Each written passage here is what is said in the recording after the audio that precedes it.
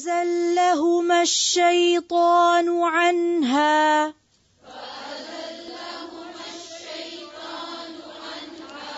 فأزلهما الشيطان عنها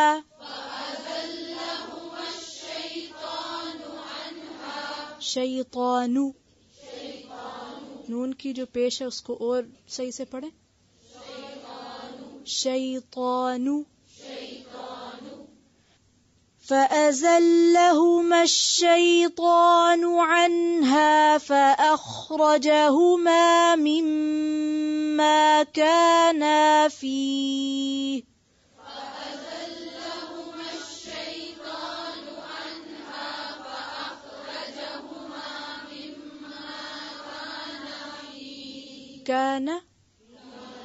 كانا الف ہے، مارک کریں اس کو.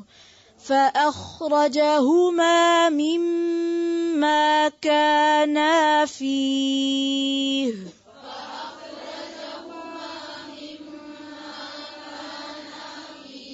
كانا فيه وقلنا اهبطوا بعضكم لبعض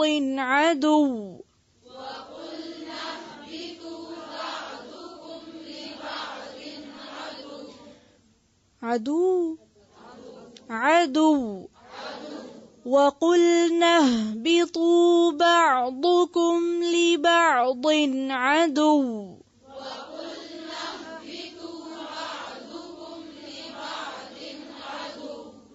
عدو عدو وہ نہیں ہے، ٹھیک ہے، جب وقف کریں گے تو ساکن کر دیں گے. عدو. وَلَكُمْ فِي الْأَرْضِ مُسْتَقَرٌّ وَمَتَاعٌ إِلَى حِينٍ.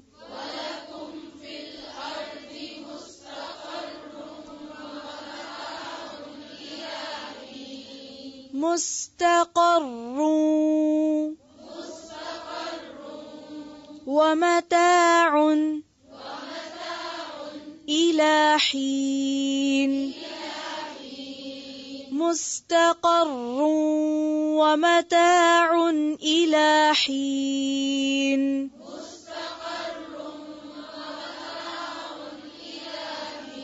ومتاع،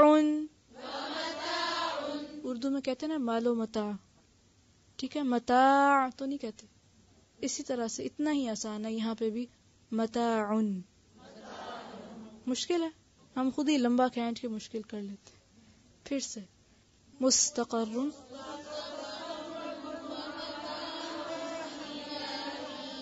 مستقر ومتاع إلى حين.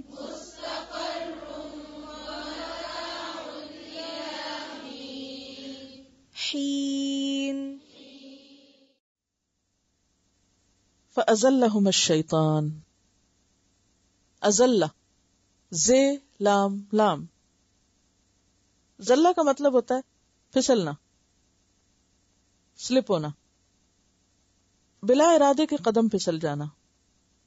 اصل بات یہ ہے کہ جان بوجھ کے تو کم ہی لوگ پھسلتے ہیں. اسکیئنگ کرنے کی اور بات ہے، ورنہ وہ تو ایک کھیل ہے، لیکن عموماً جو بھی کوئی پھسلتا ہے وہ اچانک ہی پھسلتا ہے، پاؤں بس ایسی جگہ جا پڑتا ہے. تو اسی سے آپ پھر اندازہ لگائیے. ازلہم الشیطان، یعنی ان کا اپنا کوئی ارادہ نہیں تھا بھولنے کا اور نہ اس درخت سے پھل کھانے کا، شیطان نے ان کو پھسلوا دیا. انہا، اس سے. فاخرجہما، پھر نکلوا دیا ان دونوں کو. اخرج کا روٹ کیا؟ خرج، خیر جیم. مما، اس میں سے جو، کانا، وہ دونوں تھے، فی ہی، جس میں، یعنی جس مقام پہ تھے، جس جنت میں تھے، جس جگہ پہ تھے، وہاں سے نکلوا دیا. وقلنا، اور کہا ہم نے، اہبتو، اتر جاؤ. اہبتو، ہے بے توئے، اوپر سے نیچے آنا، جبرن یا بے اختیار اترنا، یعنی اس میں انسان کا اختیار نہیں ہوتا. اہبتو، اتر جاؤ، بعضکم، تم میں سے بعض، لبعض بعض کے لیے، عدو دشمن ہوں گے. عدو کا روٹ بھی عین دال واو، عدو جو تکلیف پہ خوش ہو. بدخواہ. عدو کون ہوتا ہے؟ ایک ہوتا ہے نا خیر خواہ، اور ایک ہوتا ہے بدخواہ.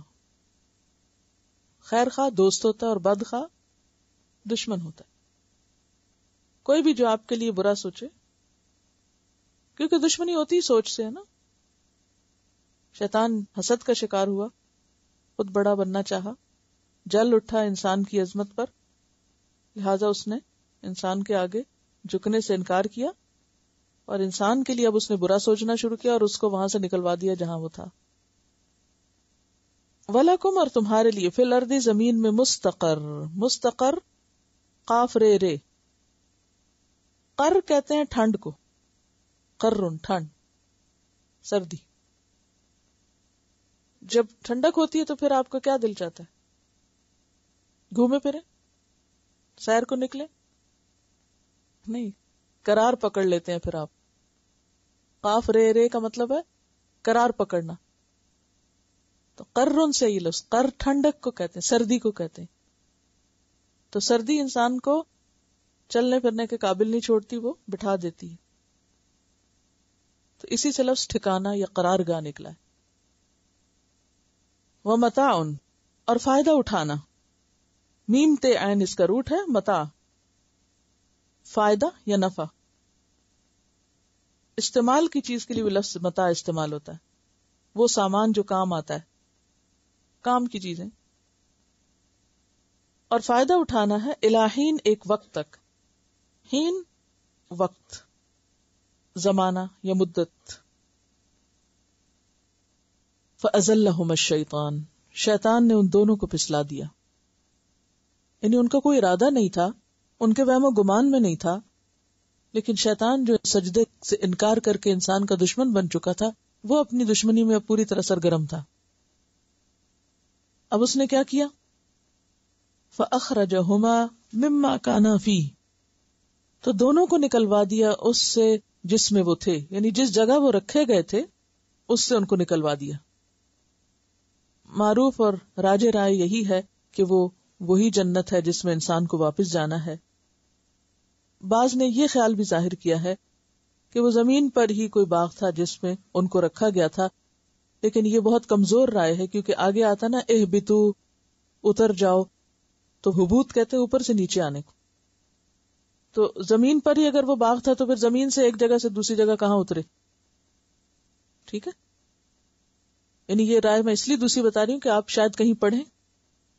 تو بنیادی معنی اس کا کیا ہے کہ جو بھی جگہ اللہ نے ان کے لیے مقرر کی تھی جنت میں، یا جنت کا جو حصہ بھی تھا یا جہاں بھی وہ تھی، وہاں سے ان کو نکلوا دیا اس نے. وَقُلْنَا اور ہم نے کہا، اہبتو اتر جاؤ، بعضکم لبعض عدو تم میں سے بعض بعض کے دشمن ہوں گے. اب یہ بعض اور بعض اس کے بھی دو معنی. نمبر ایک، انسان شیطان کا اور شیطان انسان کا، یعنی پہلے دن سے ان کے درمیان اب ایک کشمکش اور اختلاف برپا ہو گیا. اور دوسرا معنی، انسانوں میں سے ہی بعض انسان بعض کے دشمن ہوں گے. ٹھیک ہے، انسانوں میں سے بعض انسانوں کے دشمن ہوں گے. زمین پر جا کر جب تم اکٹھے رہو گے تو تمہارے درمیان بہت سے اختلافات پیدا ہوں گے، اور وہ اختلافات دشمنی میں بدل جائیں گے، اور وہ دشمنیاں پھر قتل و غارت تک میں بدل جائیں گی، جس کا ذکر پیچھے ہو چکا. وَلَكُمْ اور تمہارے لیے فی الارض زمین میں مستقرن ٹھکانہ ہے، ٹھہرنے کی جگہ ہے. وَمَتَاعٌ اور فائدہ اٹھانا ہے، الہین ایک وقت تک، ہمیشہ کے لیے نہیں، ایک مخصوص مدت تک کے لیے، ایک مقرر مدت تک کے لیے اب تمہیں زمین میں رہنے کے لیے بھیجا جا رہا ہے. یعنی پہلے ہی دن یہ بتا دیا گیا کہ انسان کا زمین پر مقام کیا ہے، اسے ہمیشہ کے لیے نہیں جانا، اسے ایک امتحان کے لیے بھیجا جا رہا ہے. اس کے ساتھ اس کا دشمن بھی جا رہا ہے، پھر انسانوں کی بھی آپس میں باہم اختلافات اور دشمنیاں ہوں گی، اور ایک شدید امتحان سے انسان کو گزرنا ہوگا. یہ بالکل روز اول بتا دیا گیا جب انسان کو زمین پہ اتارا گیا کہ آئندہ کس سچویشن سے تم کو گزرنا ہے. اب یہاں پر آپ دیکھیے کہ فَأَزَلَّهُمُ الشَّيْطَانُ کا لفظ آ رہا ہے کہ شیطان نے ان کو پھسلایا. اس کی تفصیل یہاں نہیں بیان کی گئی، اس کی تفصیل سورۃ الاعراف میں ڈیٹیل کے ساتھ آتی ہے. سورۃ الاعراف کی آیت 20 میں آتا ہے کہ اس نے ان کو وسوسے کے ذریعے بہکایا تھا. وسوسہ ہوتا ہے دل میں خیال ڈالنا، اور یہ بھی کیسے ڈالا تھا اس کے بارے میں بھی دو باتیں کہی جاتی ہیں. ایک تو یہ کہ سامنے آ کے اس نے کہا تھا، اور دوسرا یہ کہ نہیں دور سے ہی، کیونکہ خیالات کے لیے تو ضروری نہیں ہوتا کہ جو خیالات آپ کے دل میں ڈال رہا ہے وہ سامنے ہی آ کے ڈالے. اور اب تو آپ دیکھیے کہ جو کمیونیکیشن کے ذرائع مختلف ہو گئے ہیں، آپ ایک جگہ بیٹھے ہوئے ہزاروں میل دور سے آپ بات سن رہے ہیں اور آپ اپنے خیالات کو اس کے مطابق یا اس کے خلاف کر رہے ہیں. تو بہرحال جو بھی طریقہ تھا وہ اس میں کامیاب ہو گیا، اور اس نے آدم علیہ السلام اور حوا علیہ السلام کے اندر ان کے دل میں وسوسے ڈالے. کہا کیا تھا؟ وسوسہ تھا کیا؟ قال ما نہاکما ربکما عن ہذہ الشجرہ، تمہارے رب نے تمہیں اس درخت سے کوئی نہیں روکا، الا ان تکونا ملکین، بس یہ وجہ تھی روکنے کی کہ کہیں تم دونوں فرشتے نہ بن جاؤ، او تکونا من الخالدین، یا ہمیشہ رہنے والوں میں سے نہ ہو جاؤ. وقاسمہما، اور ان سے قسمیں کھائی تھی اور کہا تھا کہ انی لکما لمن الناصحین، کہ میں تو تمہارے خیر خواہوں میں سے ہوں، میں تمہارا بڑا سچا دوست ہوں. تو اس سے یہ بھی پتہ چلتا ہے کہ شیطان انسان کے دل میں جو وسوسہ ڈالتا ہے تو اس کے دشمن کی حیثیت سے نہیں، بڑے سچے دوست کی حیثیت سے، اور ایسے انداز سے دل میں خیال ڈالتا ہے کہ انسان اس کو سچ سمجھ لیتا ہے اور پھر دھوکا کھا جاتا ہے. تو انسان کا امتحان ہی وسوسوں پر قابو پانا ہے. یعنی انسان اس دنیا میں اگر کامیاب ہونا چاہتا ہے تو پہلا کام جو اسے کرنا پڑے گا انتہائی اہم، وہ وسوسوں کا مقابلہ ہے، سوچ کی درستگی ہے. کیونکہ جہاں سوچ کا بگاڑ ہو جاتا ہے، جہاں انسان کی سوچ وحی الہی کے تابع ہونے کی بجائے خواہشات نفس کے تابع ہو جاتی ہے یا شیطان کے وسوسوں کے تابع ہو جاتی ہے، وہیں سے انسان کے بگاڑ کا آغاز ہو جاتا ہے، وہیں سے انسان غلط رستے پہ چل پڑتا ہے. اور آپ نے دیکھا ہوگا کہ عموماً عبادت میں، انسانوں کے ساتھ معاملات میں جو مشکل پیش آتی ہے اور جو خرابی ہوتی ہے، اس کا آغاز وسوسے سے ہی ہوتا ہے. مثلا آپ دیکھیے کہ آپ کے بہن بھائی آپ کو کتنے پیارے ہوتے ہیں نا، پھر آپس میں کیوں لڑتے ہیں؟ کہاں سے لڑائی شروع ہوتی؟ کہاں سے شروع ہوتی؟ بدگمانی سے. ہسبینڈ وائف، شوہر بیوی، کتنی باہم محبت ہوتی، خرابی کہاں سے شروع ہوتی؟ بدگمانی سے، شیطان کے وسوسے سے. اور وہ کوئی بہت بڑی چیزوں میں نہیں ہوتی، چھوٹی چھوٹی باتوں میں. وہ جو اس نے فلاں بات کہی تھی نا، اس کے پیچھے اس کا یہ مقصد ہوگا، اب مجھے سمجھ آئی، اس وقت تو مجھے سمجھ ہی نہ آئی، اب پتہ چلا کہ اس نے یہ بات کہی کیوں تھی، اس کی یہ غرض ہوگی، اور اس نے تو فلاں جگہ یہ بات کہہ کے میری بےعزتی کر دی. انسانی تعلقات کیسے خراب ہوتے ہیں؟ اسی سے تو ہوتے ہیں کہ ایک شخص کے وہم و گمان میں بھی نہ ہو کہ وہ بات کیوں کر رہا ہے، اس کو مس انٹرپریٹ کرنا. وہ جیسے پیچھے گزر چکا نا کہ ماذا اراد اللہ بہذا مسئلہ، تو یہ وسوسے تو اللہ تعالی کے کلام کے بارے میں بھی ہو سکتے ہیں، اس کے احکامات پر بھی ہو سکتے ہیں، اس کے فیصلوں پر بھی ہو سکتے ہیں، اپنی تقدیر کے اوپر بھی. اور پھر اگر اللہ کے بارے میں ہم اور اللہ کے کلام کے بارے میں اور اس کے احکام کے بارے میں ہم وسوسوں کا شکار ہوتے ہیں تو پھر انسان بےچارے تو انسان ہے. ان کے کلام اور ان کی گفتگو کو آپ جس طرف چاہیں موڑ لیں، جس طرف چاہیں ٹوسٹ کر لیں، اس کو جو رنگ چاہیں دے لیں، اس کا جو مطلب چاہیں نکال لیں. اگر شیطان اس وقت اللہ کے صاف حکم پر انسان کو بہکانے میں کامیاب ہوا، اللہ تعالیٰ نے صاف فرمایا تھا نا اللہ تقربا هذه الشجرہ، کوئی اس میں سمجھ نہ آنے والی کوئی بات ہے؟ کوئی بات نہیں، صاف سمجھ آتی. لیکن وہ کیسے کامیاب ہوا؟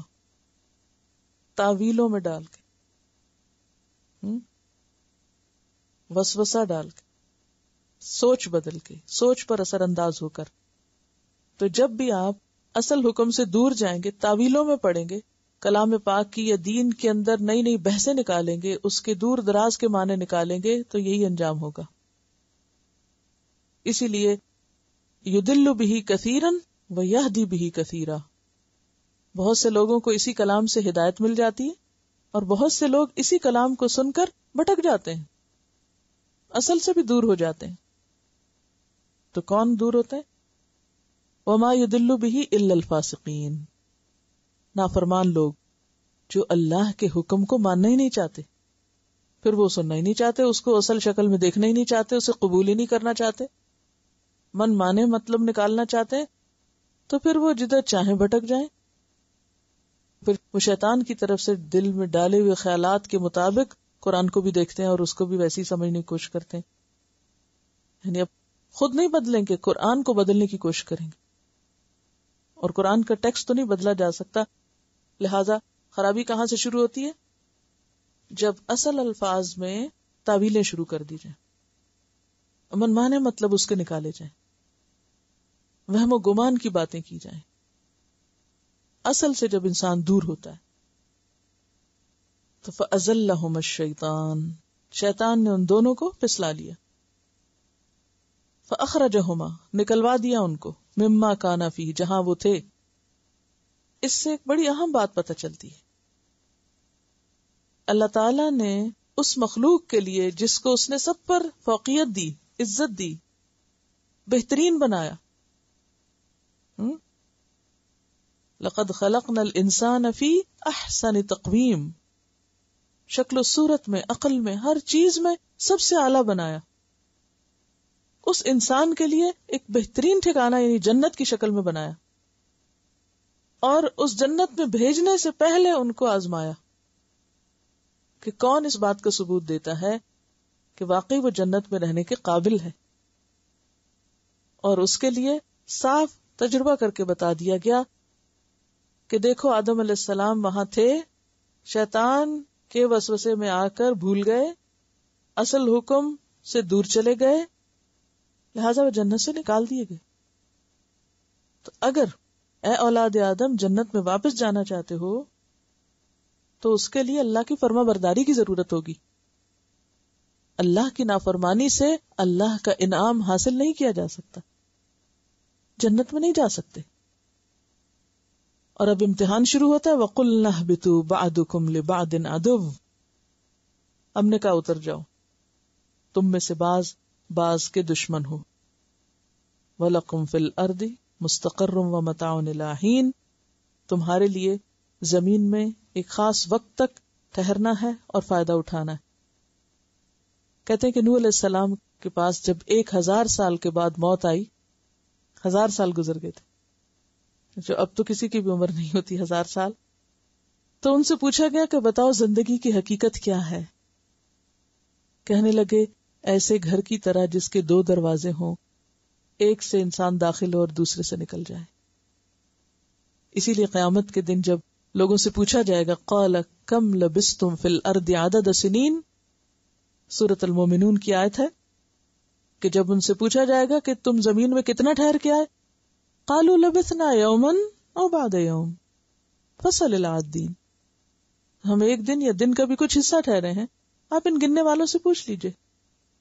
اور یہی زندگی کی حقیقت ہے، جتنا بھی چاہیں جی لیں، 1000 سال بھی جیئیں تو ایسے ہی لگے گا کہ اس گھر میں ایک دروازے سے آئے تھے اور دوسرا کھل گیا باہر جانے کو. موت تو اتنی قریب ہے. اور یہ تھوڑا سا وقت جو ہمیں ملا ہے، گنا چنا، جس میں ایک لمحے کا بھی اضافہ نہیں ہو سکتا، اس میں ایک سخت امتحان میں ہیں ہم. جو طالب علم بڑے بڑے امتحان پاس کرتے ہیں بڑی بڑی نوکریوں کے لیے، تو آپ نے دیکھا ہوگا کہ ان کو اپنے وقت کی کتنی قدر و قیمت ہوتی، وہ وہاں بیٹھ کر کھیل تماشے کی باتیں نہیں سوچ سکتے، لمحے لمحے کا استعمال کرتے اور پوری طرح صحیح جواب کرنے کی کوشش کرتے. کسی بھی طرح ٹرکی سے ٹرکی کویسچن بھی ہو تو اس میں وہ اپنے اصل مقصد اور اپنے اصل حقیقت سے دور نہیں جاتے، کیونکہ انہیں پتا ہے کہ اگر ہم نے ذرا بھی گڑبڑ کی تو ہم فیل ہو جائیں گے، ناکام ہو جائیں گے. ہم سب بھی ایک امتحان میں ہیں لیکن ہم ریئلائز نہیں کرتے. اور یہ جو زندگی ہمیں ایک دفعہ ملی، بس ایک ہی دفعہ ملی، اور جتنی ملی ہے اتنی ہی ملی ہے، نہ اسے ہم بڑھا سکتے ہیں نہ گھٹا سکتے ہیں. لہذا بہت ہی محتاط ہو کر اور بہت سوچ سمجھ کے زندگی بسر کرنے کی ضرورت ہے. اور یہ زندگی انسان صرف اپنی عقل کے بھروسے درست نہیں گزار سکتا جب تک اللہ تعالیٰ کی واضح رہنمائی اور روشنی نہ ہو. اور سب سے بڑا امتحان کیا ہے؟ بعضکم لبعض عدو، انسانی تعلقات کی درستگی، اس دشمنی سے بچ کر نکلنا. کیونکہ جنت میں رہنا ہے نا، تو وہاں تو دشمنی رکھنے والے پر اکٹھے نہیں رہ سکتے. انسان درختوں اور پتھروں کی طرح نہیں ہے. انسان جیتے جاگتے چلتے پھرتے عقل سمجھ جذبات خواہشات رکھنے والے وجود ہیں.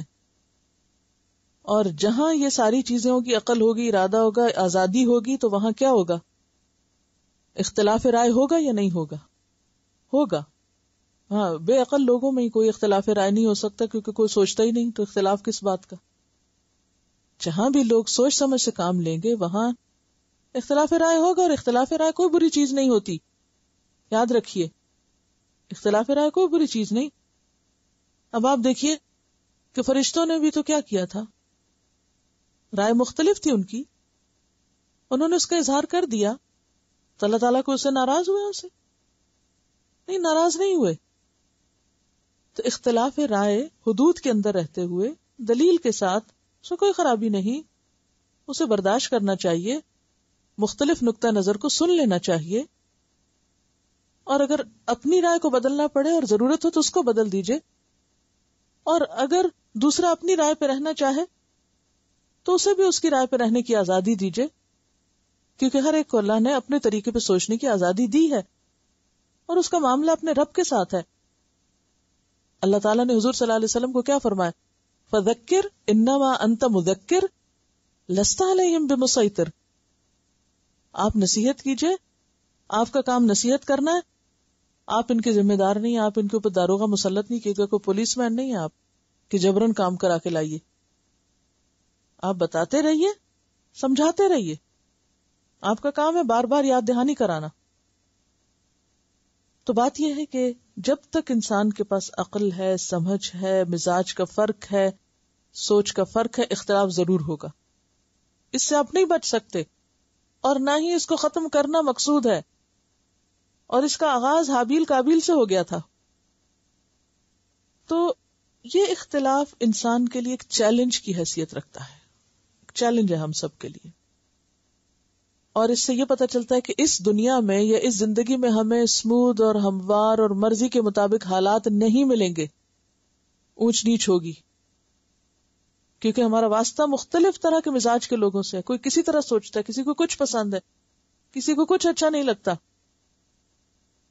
تو ایسے میں ہمیں پھر باہمی ٹکراؤ جو ہے اس کا انتظار کرنا چاہیے.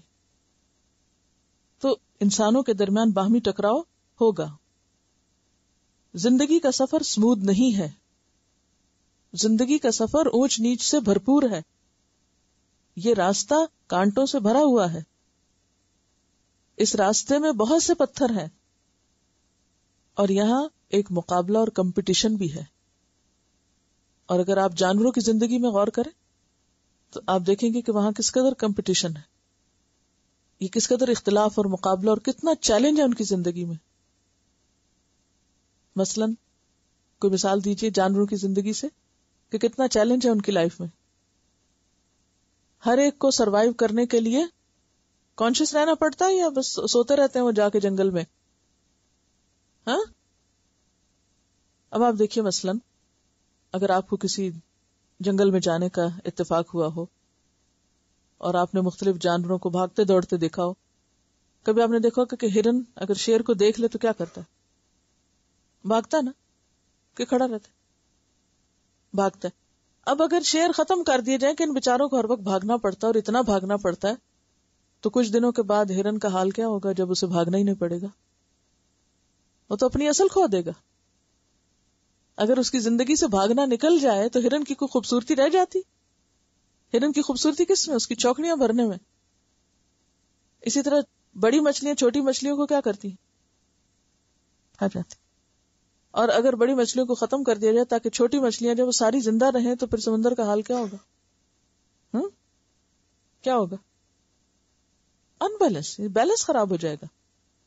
تو اس زمین پر بھی کچھ لوگوں کو طاقت زیادہ دی گئی، جسمانی، کچھ کو ذہنی، کچھ کو کسی طرح، کسی کو بولنے کی، کسی کو لکھنے کی، کسی کو جسمانی طور پر بھاگ دوڑ کرنے کی.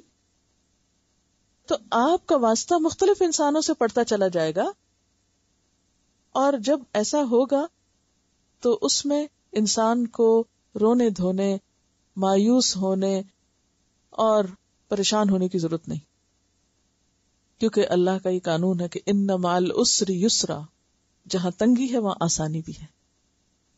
اس زمین پر بہت سے امکانات ہیں، اگر ایک دروازہ بند ہے تو بہت کھلے ہیں. آپ بند ہی کو توڑنے پہ کیوں تلے ہوئے ہیں؟ ہمارا حال کیا ہوتا ہے؟ عام طور پہ بچوں کی بھی گھر میں لڑائی کس پر ہوتی؟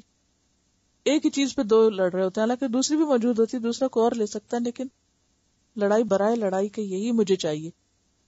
تو یہ دنیا میں اختلاف اور دنیا میں جو باہم عداوتیں اور دشمنیاں اور جیلسیز اور بڑے بننے کی خواہش، یہ ساری چیزیں موجود ہیں. ان کو ختم نہیں کیا جا سکتا، اور نہ ہی آپ ان کے سامنے بیچ جائیں کہ کھا لیں لوگ آپ کو، اور نہ ہی اس کا حل یہ کہ آپ پھر جواباً لڑائی شروع کر دیں اور دشمنی کا جواب دشمنی سے دیں. اس کے لیے آپ کو برتر حل کی ضرورت ہے، بہتر سولوشن کی، اور وہ کیا ہے؟ جیو اور جینے دو. اس پر لوگوں کو لائیں. تم اپنا کام کرو، ہم اپنا کام کرتے ہیں، اور چیلنجز کو اپنے حق میں بہتری سمجھیں. جب کوئی آپ کو للکارتا ہے نا تو اس سے کیا ہوتا ہے؟ آپ کی سوئی ہوئی صلاحیتیں جاگ اٹھتی. اگر آپ 10% برین یوز کر رہے تھے تو ہو سکتا ہے کہ 50%، 100% شروع کر دیں. یعنی آپ اپنے آپ کو پہلے کچھ بھی نہیں کر رہے، پڑے ہیں، لیکن جو ہی مخالفت شروع ہوتی ہے تو آپ بہتر کام کرتے ہیں. کسی مخالفت کو اپنے حق میں برا نہ سمجھے. وقتی طور پر انسان کو لگتا ہے میری بے عزتی ہو گئی، یہ کیوں ہو گیا، اس نے یہ کیوں کہا، نہیں. ان مع العسر یسرا، عسر میں یسر ہے. اور پہلے بھی ہم نے پڑھا تھا نا کہ اگر آپ اپنے جسم کا کوئی حصہ استعمال نہیں کریں گے تو کیا ہوگا؟ شل ہو جائے گا، بیکار ہو جائے گا، ناکارہ ہو جائے گا. گھر استعمال نہیں کریں گے، برتن استعمال، جو چیز استعمال نہ ہو بیکار ہو جاتی. تو ہمارے جسم کے بہت سے حصے بیکار ہوئے پڑے ہوتے ہیں. جب کوئی چیلنج درپیش ہوتا ہے تو ہمارا بہت سے سسٹمز خود بخود اندر سے کام کرنا شروع کر دیتے ہیں. تو اللہ تعالیٰ نے اس دنیا میں انسان کو چیلنج کے ساتھ بھیجا ہے تاکہ وہ اپنی صلاحیتوں کو بھرپور طریقے سے استعمال کرے. بعضکم لبعض عدو، اور پھر انسان یہ یاد رکھے نا کون سا ہمیشہ رہنا ہے. اور اس کا یہ مطلب بھی نہیں کہ کوئی برا کرے تو جواب میں برا کرے. کوئی برا کرے تو ہمیں نہیں کرنا، کیونکہ ہمیں تو واپس جا کے اپنے صبر کا بھی اجر لینا ہے. اور اصل میں امتحان ہی تو یہی ہے کہ کون بااصول ہو کر جیا اور کس نے گالی کا جواب پتھر سے دیا. یہی تو امتحان ہے کہ جب اختلافی صورتحال پیش آئے پھر تم کیا کرتے ہو. پھر دیکھا یہ جاتا ہے کہ اب تمہارا رویہ کیا ہوتا ہے. تو کچھ لوگ ایجیٹیٹ کرتے ہیں، شکایتی رویہ اختیار کرتے ہیں، الجھنا، جھگڑنا، اور اسی جگہ دوسرے کے ساتھ کھینچا تانی شروع کر دیتے ہیں. اس کا اینڈ کس پہ ہوتا ہے؟ وہی یفسد اور یسفک سے، فساد اور خون بہانا. اور کچھ لوگ کیا کرتے ہیں؟ اس کو اوائڈ کر کے جو کھلا میدان پڑا ہے اس پہ اپنا کام شروع کر دیتے ہیں. تو عقل مند وہ ہوتا ہے کہ جو ایسے مواقع پر الجھنے کی بجائے اللہ تعالیٰ کے دیے ہوئے بہترین مواقع کو استعمال کرے.